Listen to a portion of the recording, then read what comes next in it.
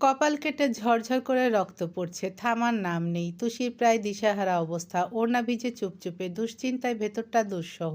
অথচ যাকে নিয়ে এইসব, তার মুখে একই রকম প্রশ্ন শুনে মেয়েটা কিছু ভ্যাবাচ্যাকা খেলো, তাকালো হতবম্ব বনে। স্বার্থ ফের শুধালো, কি বলেছিলে তখন? তুষি কানে নেয় না, ওকে দুকাত ধরে উঠে দাঁড় করালো, উৎকণ্ঠিত হয়ে বলল, আপনাকে এখনই ডাক্তারের কাছে নিতে হবে। কত রক্ত আল্লাহ! কাছাকাছি কোথায় হাসপাতাল যেন? চিন্তায় আমি সব ভুলে যাচ্ছি। কোন দিকে যেন যাব? স্বার্থ তুষির হাত নিজের থেকে সরিয়ে দিয়ে নিজেই ধরল ওর দুই বাহু। বড্ড অধৈর্য গলায় বলল, বলো তুমি, আই লাভ ইউ বলেছ? কি শুরু করলেন? আপনার এই অবস্থা আর আপনি পড়ে আছেন ওইসব নিয়ে? তুমি বলো কি বলেছিলে? তুষি হার মানল, দীর্ঘশ্বাস নিয়ে বলল, বলেছিলাম আই লাভ ইউ। স্বার্থ সঙ্গে সঙ্গে এক টান মেরে মেয়েটাকে বুকে নিয়ে আসে, ঠিক বা পাশটায় মাথা চেপে ধরে বলে, আবার বলো। তুষি অবাক হয়, বুঝতে পারে না ওর এই একটা কথায় এমন কি আছে, তবে টের পাচ্ছে স্বার্থর বুকের এই দিকটা ঠকঠক করছে খুব, যেন ভূমিকম্পের ধস নেমেছে, এত জোরে বিট করছে হাতটা। স্বার্থ তাগিদ দিল ছটফটিয়ে, বলো তুষি। ও থেমে থেমে বলল, আই লাভ ইউ। আবার বলো, আরও কয়েকবার। তুষি চোখ বুজে হাসলো, একরকম পরিতৃপ্ত হাসি। স্বার্থর মুখে প্রথমে ভালোবাসার কথা শুনে ওর হাত থেকে গ্লাস পড়ে গেছিল। আনচান করে মরেছিল সারা রাত, টানা 2 দিন সুখের স্বস্তিতে দম নিতে পারেনি। ওনারও কি আজ এমন লেগেছে? বিটকেলটা তবে ওকে ভালোবেসে ওর ভালোবাসাকেও ছাড়িয়ে গেল এবার। তুষি স্বার্থর শরীরটা দুহাতে শক্ত করে পেঁচিয়ে ধরল, বালিশের মতো আরাম নিয়ে মাথা ঠেকালো তার শক্ত বুকে। আকাশে বাতাসে পাখিদের গুঞ্জনে সর্বত্র নিঃশ্বাস মিশিয়ে বলল, I love you, I love you, I love you, I love you, I love you, I love you, I love you. স্বার্থ চটজলদি উত্তর করলো, I love you too, I love you too. আজ ইউসার বিয়ে। অনেক বছর পর সৈয়দ নিবাসে একটা বড়সড় বিয়ের ধুম পড়ল। পাড়ায় পাড়ায় রটিয়ে গেল খবর। আয়োজনে উৎসবে মাতল চারদিক। শওকত আর্মির লোক হওয়ায় এলাকায় বেশ মান্যি করেন সকলে। তবুও তাদের কাছে ব্যাপারটা আশ্চর্যের বৈকি। বড় ভাইয়ের 2 ছেলেই ছোট ভাইয়ের 2 মেয়েকে বিয়ে করছে। এমন দৃশ্য চোখে পড়ে আদৌ? বিয়ের খাতিরে বিশাল ক্লাব ভাড়া করেছেন সাইফুল। আজ সন্ধ্যার পরপরই মূল অনুষ্ঠান শুরু হওয়ার কথা। আত্মীয় স্বজন হৈ হৈ করে ক্লাবে ভিড় করল। দূর দূরান্ত থেকে এলো অতিথিরা। পরিপাটি জমকালো আর রং বেরঙের আলোতে ধাঁধিয়ে গেল সব দিক। সৈয়দ নিবাসের 2 কর্তা আজ একই রকম পাজামা পাঞ্জাবি পরেছেন, মিন্টুটাও পাঞ্জাবি পরেছে। গৃহিণীরা একই রকম হালকা পাতলা রঙের শাড়ি, মাথায় ঘোমটা, হাসনার পরনে বোরকা, আর জয়নাবেরও সেই একই রকম চিরাচরিত বেশভূষা। কিন্তু আজ অয়নকে লাগছে অন্যরকম, সবার থেকে আলাদা। হবেই তো, বিয়ের বর্ষে প্রথমবার শেরওয়ানি পরেছে ছেলেটা। ফর্সা মুখটাতে শ্যাম্পেন গোল্ড রঙের কাপড় ফুটেছে বেশ। মাথায় রাজাদের মতো পাগড়ি জড়ানো, বুকের ব্রুজটা লাল রঙের, পায়ে সাদা নাগরা জুতো। ঠোঁটে মৃদু হাসি থাকলেও অয়নের চোখ দুটো হাসছে কিনা নিশ্চিত হওয়া গেল না। তবে বিয়ের এই এলাহি আয়োজন সবার মুখে মুখে রব তুলে ফেলল। ডেকোরেশন থেকে শুরু করে ম্যানেজমেন্ট, প্রত্যেকটা জিনিসের প্রশংসা করছিলেন অনেকেই। কিন্তু বিয়েতে আলাদা করে কোনো গায়ে হলুদ বা তেমন গান বাজনা হয়নি। সৈয়দ নিবাসের পূর্বপুরুষ শওকতের মরহুম দাদা সে সময়কার আলেম ছিলেন, মাদ্রাসায় পড়াতেন তিনি। ভদ্রলোক এসব পছন্দ করতেন না, আর তার সম্মানার্থে জয়নব বা ছেলেরা আয়োজন করেন না এ ধরনের কিছু। তাই দুপুর নাগাদ ছেলে মেয়েকে আলাদা আলাদা গোসল করানোর পর ইউসাকে পাঠানো হলো পার্লারে। সাথে তুষি ছিল, ইউসার মামাতো বোনেরা ছিল, ছিল ওর ভার্সিটির কাছের মেয়ে 2জন। অয়ন নিজের বিয়ে নিয়ে স্বার্থর সাথে এখন অবধি কোনো আলাপ করেনি, একটা ভালো মন্দ কথাও বলেনি। 2 ভাইয়ের মাঝে সেই যোজন যোজন দূরত্বটা একই রকম বহাল আজও। তফাৎ কেবল আগে ঢাকঢোল পেটানো দূরত্ব ছিল, এখনকার দূরত্ব এক নীরব ঘাতক। যতবার 2জন সামনাসামনি পড়ে অয়ন মাথা নুইয়ে রাখে, চোখে চোখ মেলাতে চায় না। অন্যদিকে স্বার্থ আগ বাড়িয়ে যেচে কথা বলে না, সে মেনে নিয়েছে এসব। অন্ধকে পথ চেনানো যায়, কিন্তু যার আগে থেকেই চোখ আছে তাকে তো আর নতুন করে পৃথিবী দেখানো যায় না। তাও সে বড় ভাই। সব ফেলে সব ছাপিয়ে একটু হলেও ওর ছোটাছুটি যাচ্ছে, বারবার তদারকি করতে হচ্ছে এদিক সেদিক। একটু আগেই গেইটের কাজটায় ডেকোরেশনের একটা ফুলের চাকা খুলে পড়েছে, সেখানে কাকে যেতে হলো? সার্থকেই। লোক ডেকে সেটা সেট করতে করতে ও আবার ফিরে এলো মিউজিক এরিয়ায়। বলে গেল, গানের বিট কমান, অনেক মুরব্বীরা আছেন, সফট মিউজিক দিন। ফটোগ্রাফার ৩ জন এখানে, একজন বিয়ের ছোটোখাটো ডিটেলসের ছবি তুলবেন, অন্যজন কেবল বর বউয়ের জন্য বরাদ্দ, আর বাকিজন এসেছেন অতিথিদের মুখবন্দি করতে। স্বার্থ দ্বিতীয়জনকে বললেন, ব্রাইডের এন্ট্রিতে ফোকাস করবেন, কোনোভাবেই মিস যেন না হয়। লোকটি অদ্ভুত চোখে চেয়ে রইলেন ওর মুখের দিকে। স্বার্থ অস্বস্তিতে এক শেষ হলো, জিভে ঠোঁট ভিজিয়ে বিরক্ত গলায় বলল, শুনেছেন কি বললাম? জি জি স্যার, শুনেছি। স্বার্থ এপাশ ফিরে দুগাল ফুলিয়ে শ্বাস ফেলল। এই বিয়েতে অয়নের চেয়েও ও ফোকাস পাচ্ছে বেশি। এসে থেকে নানান প্রশ্নের সম্মুখীন হচ্ছে, কেউ কেউ দেখছে বাঁকা চোখে। এর কারণটা তার কপালে থাকা বিশালাকার ব্যান্ডেজ। গতকাল রাস্তায় পড়ে কপাল সোজা ইটে গিয়ে লেগেছিল, ক্ষতর রেশ এখনো যায়নি। বাড়ির সকলের চিন্তা জেরার শাসনের পরেও এখনও ওকে প্রশ্নের মধ্যে দিয়ে যেতে হচ্ছে। ও যেই ফিরতে নিল, পেছন থেকে একজন ভদ্রলোক ডাকলেন। তখনই ঘুরে চাইতেই দেখলো আইরিনের ফুপ্পা। ভদ্রলোক এগিয়ে এলেন, হেসে হাতটা বাড়িয়ে বললেন, কেমন আছো স্বার্থ? রুফের বিয়েতে এলে না কেন? এ কি, কপালে কি হয়েছে? প্রথম দুটো প্রশ্নের সাফাই দিতে যাওয়া স্বার্থর মুখটা অমনি বন্ধ হয়ে গেল। নিষ্প্রভ গলায় বলল, ছোটখাটো অ্যাক্সিডেন্ট। সে কি করে? সঠিক কারণটা স্বার্থ মুখে বলতে পারল না। ও যে কাল বউয়ের মুখে প্রথমবার ভালোবাসি শুনে বাইকের গতি হারিয়ে উল্টে পড়েছিল, এসব দুনিয়া জানলে ইমেজ নিয়ে প্রশ্ন তুলবে। ব্যক্তিত্ববান স্বার্থ আবরার ব্যক্তিত্ব হারাবে? একমাত্র তুষি ছাড়া তার আসল রূপ কাউকে বোঝানো যাবে না। হেসে বলল, নাথিং সিরিয়াস, একটু ব্রেক ফেল। আহা, দেখে চালাবে না? কি যে করো তোমরা। তবে আমি কিন্তু খুব আপসেট হয়েছি আইরিনের সাথে তোমার বিয়েটা। স্বার্থ কথা কেড়ে নিয়ে বলল, আঙ্কেল খাবার ট্রাই করেছেন? বেস্ট কন্টিনেন্টাল সার্ভ হয়েছে আজ। না, তা তো এখনো দেখিনি। সবাইকে রেখে আমি খেতে বসি কি করে বলো? তাও ঠিক। আপনার ব্যবসা কেমন চলছে? প্রসঙ্গ মুহূর্তে ঘুরে গেল। ভদ্রলোক ব্যবসার বিস্তর আলোচনা শুরু করলেন, মার্কেটের হালচাল নিয়ে আফসোস করলেন। স্বার্থ বিদায় নিয়ে চলে এলো গেটের কাজটায়। ভিআইপি অতিথিদের সাদরে আপ্যায়নের খাতিরে সাইফুল আগে থেকেই হাজির সেখানে। মিন্টোর হাতে গোলাপ জলের দায়িত্ব। খুব ভদ্রভাবে অতিথিদের গায়ে ছেটানোর নির্দেশ জারি হয়েছে। ওর নানুবাড়ির কাজিনরাও আছে, রোকসানা, নাসির, আইরিন, কেউই আসেনি এখনো। আসবেন কি না কে জানে। স্বার্থ হাতঘড়ি দেখলো, শেষ যখন তুষির সাথে কথা হয়েছিল শুনেছিল পার্লার থেকে বেরিয়েছে, রাস্তায় এখন। তবে ওর ভারী মেজাজ খারাপ জামিলের ওপর। হুট করে লাপাত্তা, ফোনের ওপর ফোন দিয়েও পায়নি। শেষ যখন বাড়িতে খোঁজ নিল, জানতে পারলো হঠাৎ করে অস্ট্রেলিয়া চলে গেছে। আসবে কদিন পর। কি এমন জরুরি কাজ স্বার্থ বুঝলো না। যাওয়ার আগে একবার জানাবে তো। অয়ন ইউসার জীবনের এত সুন্দর মুহূর্তে ছেলেটা নেই। স্বার্থ মিস করছে খুব। ও ফোন বের করলো তুষিকে আবার কল দেবে ভেবে। সে সময় একটা গাড়ি এসে ভিড়ল ক্লাবের সামনে। আশেপাশের লোকজন সচকিত হয়। বউ এসেছে বলে হইচই পড়ে। স্বার্থ হাত তুলে ফটোগ্রাফারকে ডাকলো। ভদ্রলোক স্ট্যান্ড সহ ছুটে এলেন। অয়ন ওর কলিগদের আড্ডায় বসেছিল। খেপাচ্ছিল সবাই, বন্ধুরা সহ প্রত্যেকে ভেবে বসেছে ইউসার সাথে অয়নের আগেই প্রেম ছিল। একবার তো এক্সাম হলের বাইরে এই মেয়েটাকেই দেখেছিল ওর বন্ধুরা। সেদিন অয়ন বলেছিল ওটা ওর বোন, তাহলে আজ সেই বোনকেই বিয়ে করছে কেন? অয়ন হাসলো তাল মিলিয়ে, কিন্তু কোনো কিছুই আর ভেঙে বলতে গেল না, জানাতে গেল না ওর খণ্ড বিখণ্ড হৃদয়ের গল্প। এর আগে যখন তুষির সাথে ওর বিয়ে ঠিক হয়েছিল, সেই ঘরোয়া বিয়েতে এদের দাওয়াত দেয়া হয়নি, তাই কেউ জানে না ওসব। ভাগ্যিস জানে না। তখনই আশেপাশের সকলের চেঁচামেচিতে মাথা তুলল সে। হাতের পাগড়িটা ঝটপট পড়ল, উঠে দাঁড়ালো বুক চিতিয়ে। আজ ওর বিয়ে নয়, আজ ওর পরীক্ষা, জীবনটাকে গুছিয়ে নেয়ার, আরেকজনকে ভালো রাখার। আর এই পরীক্ষায়ও অয়ন ফুল মার্কস নিয়েই ছাড়বে। গাড়ি থেকে তুষি নামলো আগে। পরনে খয়েরি রঙের লেহেঙ্গা, ওড়নাটা পেছন থেকে এনে দু হাতের কবজির সাথে ঝুলছে। লেহেঙ্গায় কারুকাজ একদমই কম, আহামরি জমকালো নয়। তবে মেয়েটাকে দেখেই স্বার্থ চোখ বুজে ফেললো। এত মারাত্মক সুন্দর লাগছে কেন? পরপর নিজের দিকে চাইল সে। ওর পরনে velvet cobalt blue jeans coat, নিচে সাদা প্যান্ট। কোথাও ম্যাচ হলো? চোরটা ওকে বলল না কেন এই রং পরবে? নিশ্চয়ই লেহেঙ্গার সাথে হিল পরতে হয়েছে।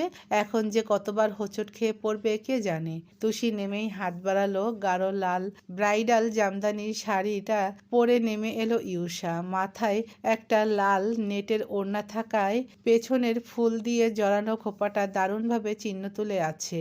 গা গলা জড়ানো স্বর্ণের অলংকার আর মুখ ভর্তি মেকআপের আস্তরণে ইউষাকে দেখতে একদম অচেনা লাগছে আজ। ইউষা এমনিতেই স্বাস্থ্য কম, তার ওপর অয়ন তুষির ব্যাপারটা নিয়ে নিজের কথা ভুলে বসেছিল। শেষ কবে মুখে ক্রিম লাগিয়েছে, আয়নায় দাঁড়িয়ে খেয়াল করেছে নিজেকে, ইউষার তাই মনে নেই। সেই মেয়ের এমন বউয়ের স্বাদ চোখে লাগবে না? মনে হলো আসমান থেকে লাল রঙের একটা পরী এসে নামলো এখানে। সকলে মুগ্ধ হয়ে ওদের দু বোনকে দেখলেন। সাইফুলের হারানো মেয়ে পাওয়া গেছে, এই খবর তো এখন অনেকেই জানে। মাটিতে পা রেখে সামনে চেয়েই তুষির হাতটা কেমন খামচানোর মতো করে ধরল ইউষা। তুষি খেয়াল করলো মেয়েটা ঘাবড়ে যাচ্ছে, চেহারায় আতঙ্ক কেমন। বোনের হাতের উপর নিজের বা হাত রাখলো সে, হেসে বলল, ভয় নেই, এখানে সবাই তোমার আপনজন। আর সব থেকে আপন মানুষটা তো সেন্টারের ভেতরে, তার কাছে যেতে হবে না? ইউষা মাথা নাড়ল, মিনমিন করে বলল, তুমি আমার সাথে সাথে থেকো। থাকবো, এসো। ইউষা যত এগোচ্ছে বুকের ধুকপুকানি বাড়ছিল। ভিড়ভাট্টা, ক্যামেরার ফ্ল্যাশ, অতিথিদের নজর, সবকিছু ঝাপসা চোখের সামনে। ভয়ে, নার্ভাসনেসে কেমন কেমন লাগছিল নিজেকে। তুষি ওকে নিয়ে স্টেজ অবধি এলো। ইউষা একটু থমকালো তখনই। পাশ থেকে কতগুলো পুরুষ হো বলে চিচিয়ে উঠল হঠাৎ। ইউষা টের পেল তুষি ওর হাত ছেড়ে দিয়েছে। নিচু চোখ তুলে চাইল সে। তুরন্ত নজর পড়ল সামনে। স্টেজের উঁচুতে দাঁড়িয়ে হাতটা বাড়িয়ে রেখেছে অয়ন, ঠোঁটে অল্প হাসি। ইউষা একবার ওর হাতের দিকে চাইল। অয়ন ভাইয়ের হাত বহুবার ধরেছে, বহুবার, কিন্তু আজ ধরা মানে গোটা জীবনটা তার হাতে দিয়ে দেয়া, পুরো ভুবনটা তার নামে লিখে দেয়া। বিয়ে বাড়িতে তখন হালকা শব্দে গান চলছিল। চেঁচামেচিতে ইউষার কানে এলো অল্প গুনগুন গলায় দুজন নারী পুরুষ গাইছিল, শুধু তুমি চাও যদি সাজাবো আবার নদী, এসেছি হাজার বারণে, শুধু তোমারই জন্যে, শুধু তোমারই জন্যে। ইউষার বুকে জোর এলো, পাশ ফিরে চাইল। তারপর তুষি চোখের ইশারায় অয়নের হাত ধরতে বোঝালো। ওর পেছনেই অয়নের বন্ধুরা ফোনের ক্যামেরা মেলে আছে, উৎসুক তারাও। বর বউয়ের এই সৌন্দর্য মুহূর্ত মিস করা যাবে না। ইউষা ঢোক গিল, একটু শ্বাস টেনে লাল চুড়িতে ভরা হাতটা তুলে অয়নের হাতে রাখতেই ফের হইচই পড়ল সেখানে। রাজকীয় ডিজাইনের সোফাটায় অয়ন বসালো ওকে, পাশে বসলো নিজেও। সামনের টেবিলে কত রকম ফল মিষ্টি রাখা, জাফরানের গন্ধ ছড়িয়েছে বাতাসে। ক্যামেরাম্যান কাজে লেগে পড়েছেন। ইউষার মুখ আনত। অয়ন সবার দিকে চোখ রেখেই বলল, নার্ভাস? মুখ তুলল মেয়েটা, একটু। অয়ন টিস্যু এগিয়ে দিয়ে বলল, ঘামছিস কেন? মেকআপ নষ্ট হয়ে যাবে। ইউষা টিস্যু নিল, নাকের ডগায় কপালে ড্যাব ড্যাব করলো দুবার। অয়ন হঠাৎ বলল, সুন্দর লাগছে। হাতটা থমকালো ওর। জানতে চাইল কি? অয়ন পাশ ফিরে চাইল, একই রকম বলল, সুন্দর লাগছে। কতটা? কতটা বলতে? তোমার চোখ আটকে দেওয়ার মতো। অয়নের হাসি কমে গেল। 1-2 সেকেন্ড মুখখানা ঝিম ধরে রইল, পরপরই হাসলো প্রফুল্ল চোখে, নিঃসংকোচে বলল, তা জানি না, তবে আমার দেখা ওয়ার্ল্ড প্রিটিয়েস্ট ব্রাইড যে আমার পাশে বসে আছে এটুকু জানি। এতদিনে মনে হচ্ছে তোকে লিটল চেরি ডাকা সার্থক। ইউষার সব অস্বস্তি অসঙ্গতি মুছে গেল এই এক কথায়। বন্ধুরা তুষি কতবার বলেছে ওকে দেখতে রানীর মতো লাগছে, কিন্তু ওর ভালো লাগেনি। মনে হয়েছে এত ভালো লেগেও তো লাভ নেই, অয়ন ভাই তাকাবেই না। কিন্তু অয়ন ভাই তাকিয়েছেন, দেখেছেন ওকে, প্রশংসা করেছেন। ইউষার আর কি চাই? বিশ্ব সুন্দরীর খেতাবটাই তো জিতে গেল আজ। হঠাৎ হাত ধরে হ্যাসকা টানে পিছে ফেরাতেই হাই হিল মুচড়ে গেল তুষির। একে বেঁকে থুবড়ে পড়ল সার্থর বুকে, ভোরকে বলল, আপনাকেই তো খুঁজছিলাম। তুমি শাড়ি পরনি কেন? বের হওয়ার সময় মা এসে দিয়ে গেল, বলল বড় মা নাকি পড়তে বলেছে। এখন বড় মায়ের কথা কি ফেলতে পারি? আর আপনিও না বললেন শাড়ি শুধু আপনার সামনে পড়তে? ওপাশ থেকে জবাব না আসতেই ফের বলল, আচ্ছা আপনার কপালের কি অবস্থা, ব্যথা আছে? ডাক্তার কিন্তু বলেছিল ব্যথা বাড়লেই সঙ্গে সঙ্গে চলে যেতে। না নেই, আর যেটুকু ওটুকু আমার মনের ব্যথার কাছে কম। মনে আবার কিসের ব্যথা পেলেন? তুমি জানো না? না তো। স্বার্থ চুপ করে রইল। তুষি নিষ্পাপ কণ্ঠে বলল, আমি সত্যিই জানি না। স্বার্থর হুহা নেই। তুষি বিপাকে পড়ল বেশ, নিজেই আন্দাজ করে বলল, অ্যাক্সিডেন্টের কথাটা কি? এখানে আমার কি দোষ? বাইক তো আপনি চালাচ্ছিলেন। স্বার্থ সাথে সাথেই বলল, তো তোমাকে তখন ওসব বলতে কে বলেছিল? তুষির চেহারা নুয়ে গেল, লাজুক স্বরে বলল, আমি কি করে জানবো? আমার মুখে ভালোবাসার কথা শুনলে আপনার বাইক ব্রেক ফেল করবে। স্বার্থ পুরুষরে বলল, দোষটা তোমারই তুষি। তোমায় তো জেলের ভেতর ঢুকিয়েছিলাম, মনের ভেতর ঢুকতে বলেছিল কে? কথাটাই তুষি মুখ তুলে চাইল, চেয়েই রইল স্বার্থদীপ্ত নয়নতারায়।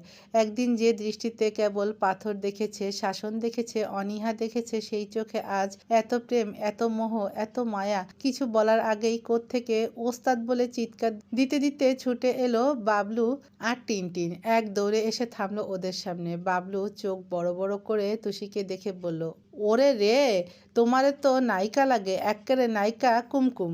টিনটিন বলল, সর, কুমকুম না, নায়িকা পূর্ণিমা। না, নায়িকা মৌসুমী। তুই বেশি জানোস, তুই বেশি জানোস। স্বার্থ ভ্রুকুসকে বিড়বিড় করলো, এই দুটো আবার কে? টিনটিন বলল, ওস্তাদ খাওন দেবে কখন? আমি পলিথিন আনছি, আমার লগে দুইটা রোস্ট দিয়া দিও। বাবলু বলল, ওস্তাদ আমিও আনছি। তুষি উত্তর দেবে কি, লজ্জায় ওর মাটির ভেতর ঢুকে যাওয়ার অবস্থা। স্বার্থর সামনে ওদের এই ওস্তাদ ওস্তাদ ডাকে ভীষণ বিব্রত হয়ে পড়ল। ঘাড় চুলকাতে চুলকাতে স্বার্থর দিকে পিঠ ফিরিয়ে টিনটিনদের চোখ রাঙালো সে। ইশারায় মানা করলো ওস্তাদ না ডাকতে। বাচ্চাগুলো বুঝলো না, উল্টে টিনটিন নতুন জামা দেখিয়ে বলল, ওস্তাদ আমারে কেমন দেখায়? ঈদের জামা পরছি। মাই কইছে জামায় একটা দাগ পড়লে পিডাইয়া হাপলা বানাই দিব। বাবলু বলল, ওস্তাদ কথা কও না কে? স্বার্থ দেখলো তুষির উসখুসে ভাব, ভ্রু নাচিয়ে বলল, ওস্তাদ দেখি ওস্তাদের মুখটা। তুষিকে ধরে নিজের দিকে ফেরালো ও। মেয়েটা অপ্রস্তুত ভাব করে হাসলো। টিনটিন বাবলু এতক্ষণে যেন খেয়াল করলো স্বার্থকে। বাবলু ফিসফিস করে বলল, এটা হেই পুলিশটা না? আমরা যে চোর, আমগো ধরলে কি হইব? আরে ধরবো না, হ্যাঁ তো অহন আমগো লোক, আমগো ওস্তাদের জামাই না। মাই কইছে ওস্তাদ অনেক সুখে আছে। স্বার্থ দুই হাত পকেটে গুজে শ্বাস টেনে বলল, তা ওস্তাদের কি খবর? এরা নিশ্চয়ই আপনার সাগরেদ। তুষি লজ্জায় মাথা নুয়ে ঠোঁট উল্টে রাখলো। বাবলু বলল, হ আমরা তো একলগে চুরি করতাম। ওস্তাদ তোমার মনে আছে আমগো নিয়া প্রথম চুরির কথা? ওই যে মোকলেসের 60 মোবাইল চুরি কইরা আমরা। তুষি অমনি ওর মুখ চেপে ধরলো, কাচুমাচু করে বলল, আসলে ওরা ছোট তো তাই বোঝে না কি ডাকতে হয়। তারপর বাবলুর মুখ ছেড়ে মাথায় হাত বুলিয়ে বলল, বাবলু এখন থেকে আপু ডাকবি কেমন? টিনটিন তবদা খেয়ে বলল, আপু? ইস, আমগো মুহে আইব না। তুষি চোখ রাঙিয়ে বলল, না এলেও ডাকবি। আমি এখন আর চুরি করি? এখন ভালো হয়ে গেছি না, তোরাও ভালো হবি। আমাদের সাথে কি এসব ডাক যায় এখন? বাবলু টিনটিনের মন খারাপ হলো, মুখ চাওয়াচাই করলো দুজন। কিন্তু ওস্তাদ মুহে না আইলে কি করব? স্বার্থ টিনটিনের মাথায় হাত রেখে বলল, আসতে হবে না, তোমাদের যা ভালো লাগে তাই রেখো। সত্য? হুম। ওই যে ওই রুমে খাবার দিচ্ছে, যাও। তারপর একজনকে ডেকে বলল, এদের নিজ দায়িত্বে খাওয়াতে। যাবার সময় আবার সাথে সবগুলো খাবার আলাদা পার্সেল করে দিতে। তুষির বুক জুড়িয়ে গেল এতে। ওর বস্তির লোকগুলোকে স্বার্থ এভাবে আপ্যায়ন করবে ও ভাবতেই পারেনি। বাবলু টিনটিনও খুশি হলো খুব। ছুটতে নিয়েও বাবলু বলল, ওস্তাদ তুমি না কইছিলা দুনিয়ার সবচাইতে বদমাইশ পুলিশ এই সারে?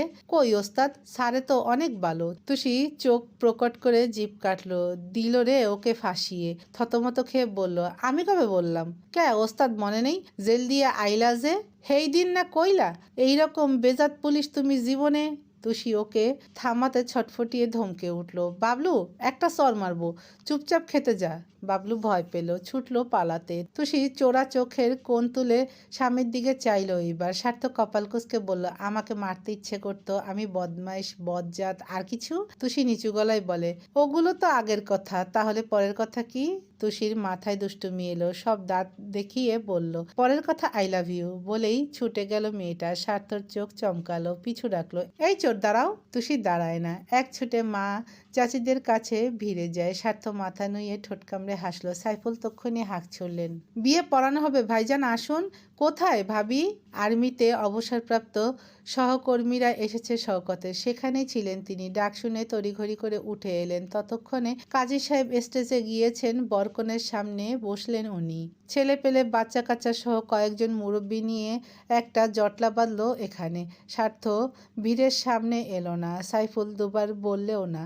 সে দাঁড়িয়ে রইল পেছনে। কাজী সাহেব বিয়ের তারিখ লিখলেন 4-5-2026। তুষি এসে স্বার্থর বাহুতে হাত গলিয়ে দাঁড়ালো। তার চোখে মুখে ঠোঁটে উচ্ছ্বাসের কমতি নেই। স্বার্থ জিজ্ঞেস করলো, হ্যাট্রিক করবে? তাকালো ও। কিসের?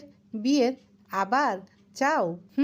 করাই যায়। স্বার্থ কানের কাছে আস্তে করে বলল, তাহলে বলো কবুল। তুষি ঠোঁট টেনে হাসলো, মাথা উঁচু করে থুতনি রাখলো স্বার্থর বুকে, চোখে চোখ রেখে বলল, কবুল কবুল। একটা বিটকেল পুলিশকে যতবার বিয়ে করতে হবে ততবার কবুল। স্বার্থ হেসে ফেলল। তখনই কাজী সাহেবের উঁচু কণ্ঠ শোনা যায়। অয়নকে বললেন, বাবাজি বলো কবুল। অয়ন দম নিল না, এক ফোঁটাও না। কাজী থামলেন, কথায় দাড়ি দিলেন। সেও সঙ্গে সঙ্গে বলল, আলহামদুলিল্লাহ কবুল। ইউসা অবাক হলো, চেয়ে রইল তাজ্জব হয়ে। সবাই উচ্চস্বরে আলহামদুলিল্লাহ পড়লেন। মৌলভী সাহেব বললেন, এবার তুমি বলো। মেয়েটা একবার বাড়ির সবার দিকে দেখলো, তারপর চাইলো কোলের উপর রাখা নিজের হাত দুটোর পানে। আঙ্গুল ঠকঠক করছে, কাঁপছে বুক, দ্বিধায় দোটানায় টইটুম্বুর সব। কখনো মনে হচ্ছে অয়ন ভাই তুষিকে ভুলতে পারবে না। বিয়ে করলেই কি নতুনকে পেয়ে পুরনোকে ভোলা যায়? ইউসা আবার অয়ন ভাইয়ের বোঝা হবে না তো? পস্তাবে না তো মানুষটা? কখনো বলে ফেলবে না তো, ইউসা বিয়েটা আমি ঝোঁকের বসে করে ফেলেছিলাম, তুই আমার জীবন থেকে চলে যা। ইউসা ত্রাসিত বুক নিয়ে হাতের আঙ্গুল কষলে গেল সমানে। ঠিক সেই সময় ওই ঠকঠক করা হাত দুটোয় হাত রাখলো অয়ন। বিদ্যুতের মতো ছলকে উঠল মেয়েটা। চিবুক তুলতেই অয়ন বলল, কবুল বল। ইউসা কিছুক্ষণ চেয়ে রইল। বাবা তাগিদ দিলেন, কাজী সাহেবও দিলেন। কবুল তো 3বার বলতে হবে। শেষমেশ মাথা নুইয়ে ইউসা আস্তে করে বলল, কবুল। এরপর একটু জোরে বলল, কবুল। 3য় বার বলতে গিয়ে কণ্ঠ বুজে গেল, টেনে হিঁচড়ে স্বর ফোটালো, কবুল। আর তারপর হু হু করে কেঁদে ফেলল মেয়েটা। গুমোট মেঘ ভেঙে বৃষ্টি নামার মতো ঝরঝরে কান্নার আওয়াজে আশ্চর্য হয়ে গেল সবাই। ইউসার তাতে সম্বিত নেই। হাউমাউ করে কাঁদতে কাঁদতে মেহেদি রাঙা হাত দুটো দিয়ে মুখ চেপে ধরল ও। তুষি ছুটে এলো, বোনকে বুকে টেনে নিতেই ইউসা যেন খামচে ধরল ওকে। বিয়ে বাড়ির প্রত্যেকে অবাক হয়ে ওর কান্না দেখলেন, আফসোস করলেন, শ্বাস ঝাড়লেন সৈয়দ পরিবার। অতিথিদের কেউ কেউ ভাবলেন মেয়ের বিয়েতে মত নেই, জোরাজোরি হচ্ছে কিনা। মানুষের চিন্তাধারায় তো আর কারো হাত নেই। তবে অয়ন চুপ করে চোখ নামিয়ে পায়ের জুতোয় চেয়ে থাকে। ভেতরটা ভীষণ রকম ফাঁকা হয়ে যায়, গলা শুকায় কাঠের মতন। ইউসা এত কাঁদছে কেন? ওকে পাওয়ার আনন্দে, নাকি ওকে পেয়েও পুরোপুরি পাবে না ভাবার আশঙ্কায়?